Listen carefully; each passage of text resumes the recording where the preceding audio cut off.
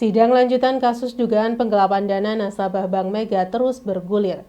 Kali ini sejumlah saksi dihadirkan dalam agenda pemeriksaan saksi.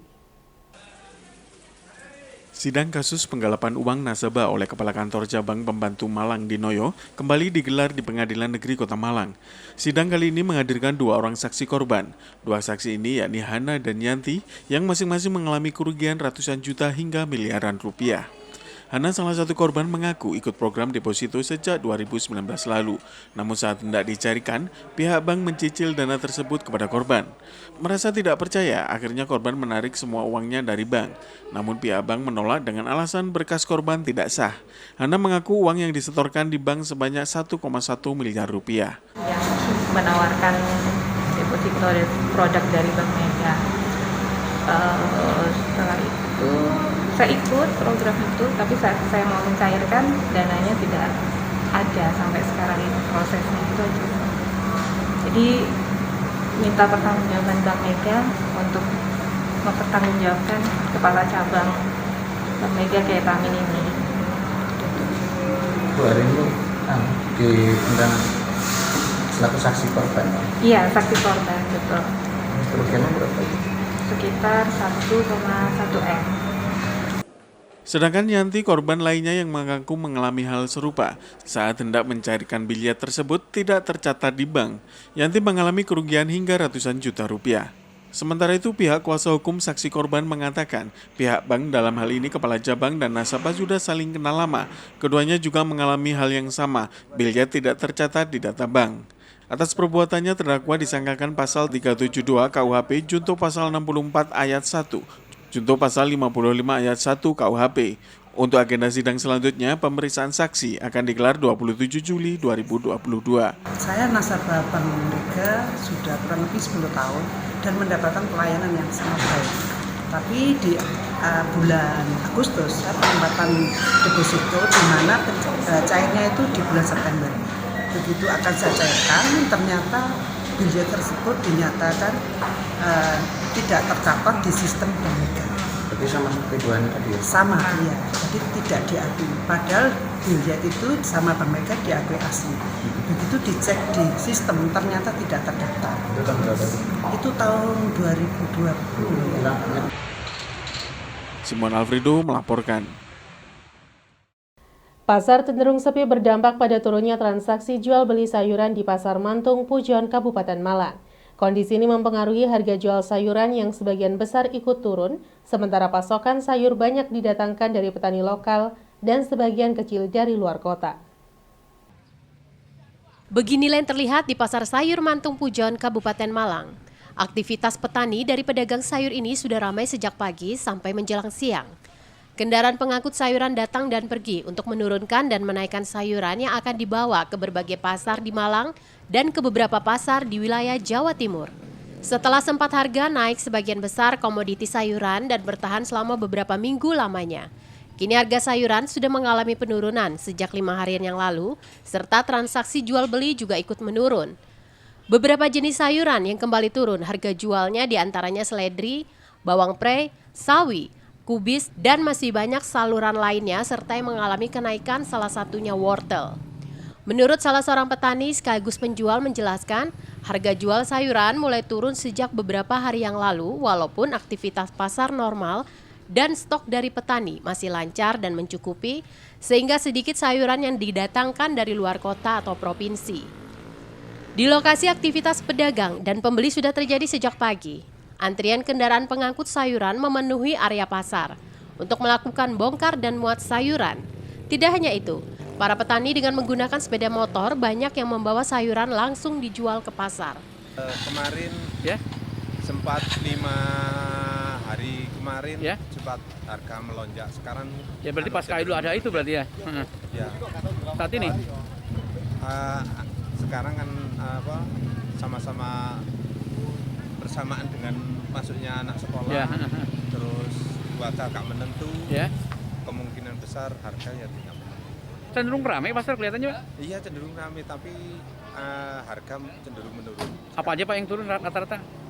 Kol menurun, ya. Andewi juga menurun, terus buncis ya juga menurun. Wortel naik? Sawit, wortel yang naik. Iwan Hikmawan melaporkan. Buka tutup jalan penghubung Malang Blitar berdampak pada terjadinya antrian kendaraan. Beratnya beban kendaraan menjadi salah satu penyebab kerusakan jalan selain akibat tidak berfungsinya maksimal saluran drainase pinggir jalan. Beginilah yang terlihat di jalan penghubung Kabupaten Malang menuju Blitar, tepatnya di wilayah Sidodadi sampai Pagarsari Ngantang. Jalan penghubung ini sudah mengalami kerusakan yang cukup lama dan sebagian sedang dalam proses perbaikan. Kerusakan jalan ini sudah terlihat parah di beberapa titik akibat curah hujan tinggi pada penghujan sehingga di banyak titik bermunculan kubangan air dan jalan bergelombang parah akibat beratnya kendaraan yang melintas. Saat ini di jalan penghubung terdapat beberapa titik pembetonan yang belum kering sehingga kendaraan yang melintas harus bergantian. Karena diberlakukan buka tutup jalan mulai pagi sampai malam hari, baik roda 2, roda 4 maupun truk pengangkut material bangunan. Menurut salah seorang warga menjelaskan, kerusakan ini sepanjang lebih dari 2 km dan yang terparah berada di wilayah Sidodadi. Warga dan pengguna jalan tidak jarang melakukan penutupan lubang jalan dengan pasir dan batu, tetapi tidak bertahan lama karena ramai dan beratnya kendaraan yang melintas. Di lokasi terlihat terjadi antrian kendaraan dari 2 arah karena hanya satu lajur jalan yang bisa difungsikan, sementara kendaraan yang melintas banyak didominasi kendaraan berat berbadan lebar dan panjang. Tapi jalannya sudah rusaknya sudah berapa lama ini? Wah, sekitar berapa ya? 5 tahun. 5 tahun. Tapi ini kan karena Pak ya, banyaknya ini ya, kendaraan berat ya? Iya, kendaraan berat truk. Setiap hari ada berapa kira-kira yang lalu lawang? Lalu lalang truk ya, hampir 100 lebih. Setiap hari Pak ya? Setiap hari.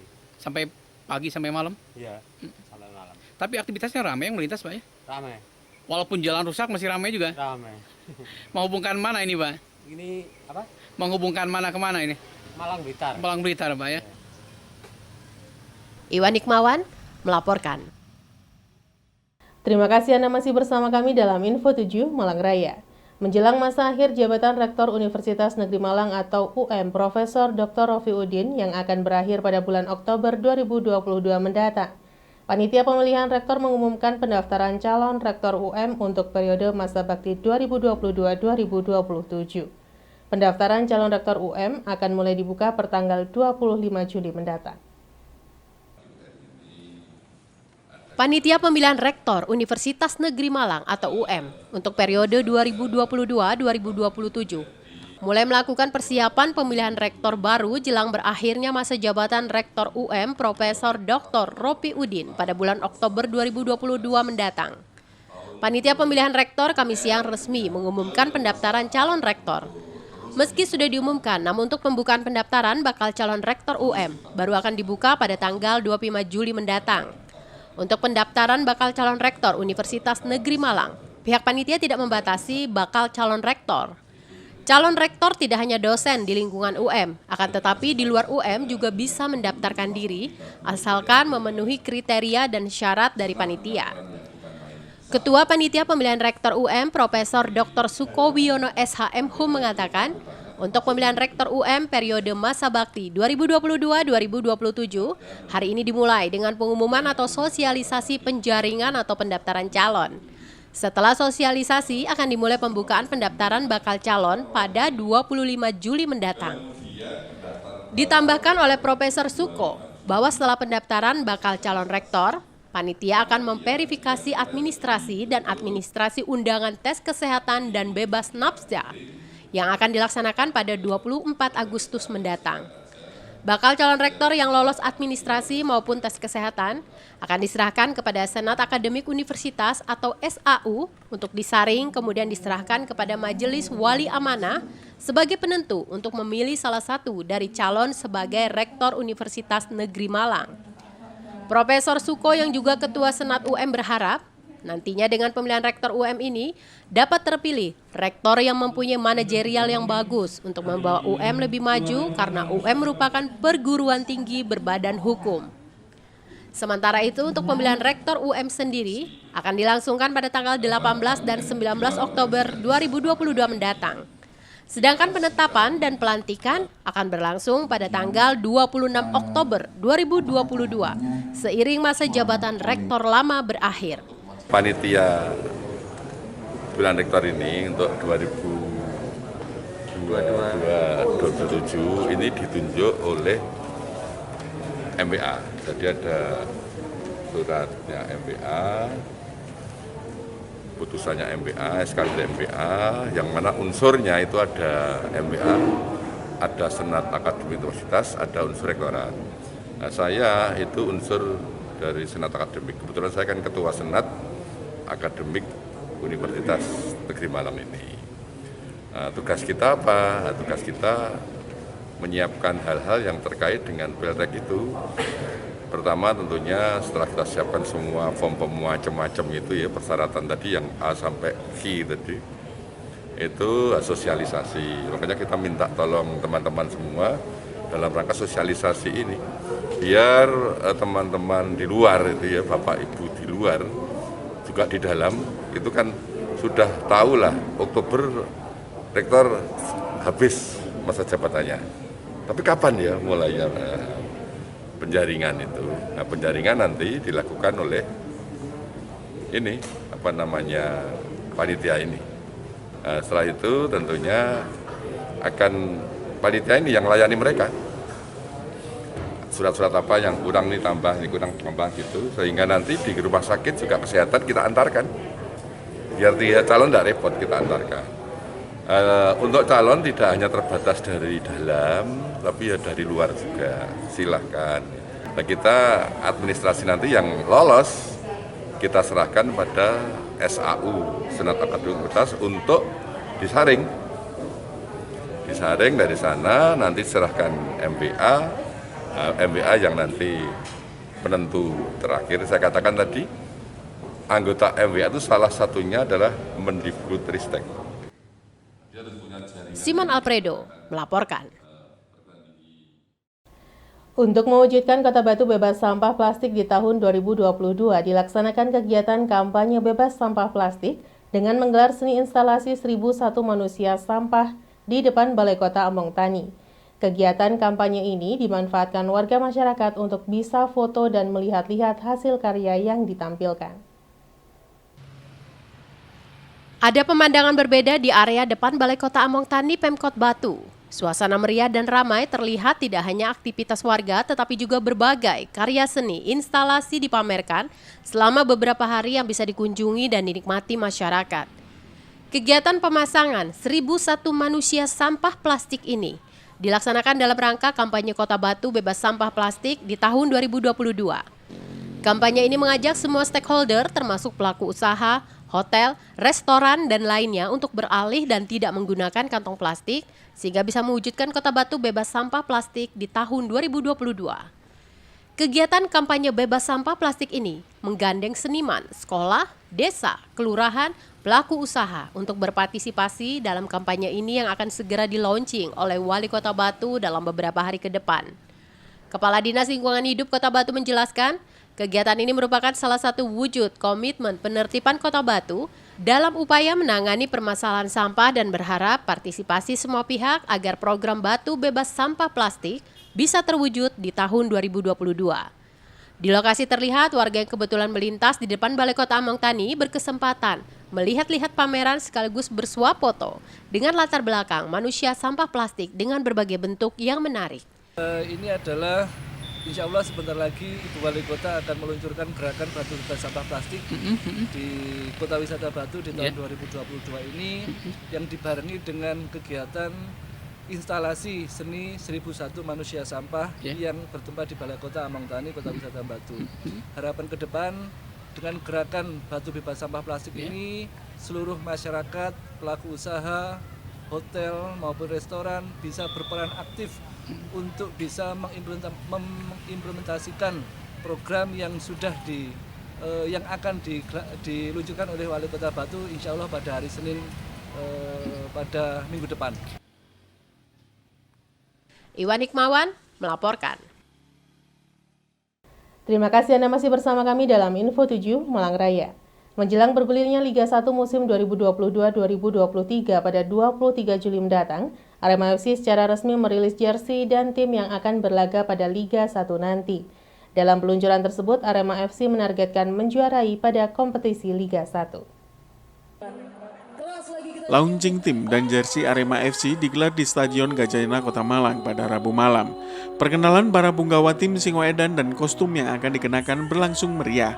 Ribuan Aremania nampak memadati tribun stadion untuk menyaksikan tim kebanggaan mereka yang baru saja menjuarai Piala Presiden 2022. Satu persatu pemain Arema FC diperkenalkan dan naik ke atas panggung. Total ada 30 pemain dalam tim Arema FC yang akan bermain dalam Liga 1 nanti. Selain memperkenalkan pemain, Arema FC juga memperkenalkan jersey yang akan dipakai pada kompetisi Liga 1 pada musim 2022-2023. Total ada 6 jersey baru yang dikenalkan ke publik pada momen tersebut. 3 jersey untuk kiper dan 3 jersey lagi untuk pemain lain dengan warna biru, merah, dan putih. Ali Rifki, manajer Arema FC, dalam kesempatan tersebut juga menyampaikan bahwa launching tim dan jersey ini sebagai pesta warga Malang setelah 2 tahun kompetisi tidak berjalan. Ia menambahkan, usai menjuarai Piala Presiden, tim yang diperkenalkan saat ini telah menyiapkan diri untuk menghadapi Liga 1. Dengan komposisi pemain yang ada saat ini, dirinya menargetkan Arema FC menang dalam setiap pertandingan. Selain meluncurkan tim dan jersey, dalam kesempatan tersebut, Arema FC secara resmi juga mengumumkan tidak akan menggunakan nomor punggung 1. Hal ini dilakukan sebagai bentuk penghargaan kepada mantan kiper Arema, Kurnia Mega. Ini pesta untuk Aremania, untuk supporter Arema, juga untuk warga Malang semua kita hadirkan pesta yang selama 2 tahun belum pernah kita lakukan lagi. Persiapan Liga 1 kita mulai dari hari kemarin, sudah latihan tiap hari, besok juga sudah gas latihan lagi, jadi tidak ada kata berleha-leha atau bersantai-santai ria. Jadi kita fokus, kerja keras, kerja cerdas, sambil berikhtiar untuk mengarungi kompetisi Liga 1. Targetnya? Targetnya tiap pertandingan menang. Simon Alfredo melaporkan.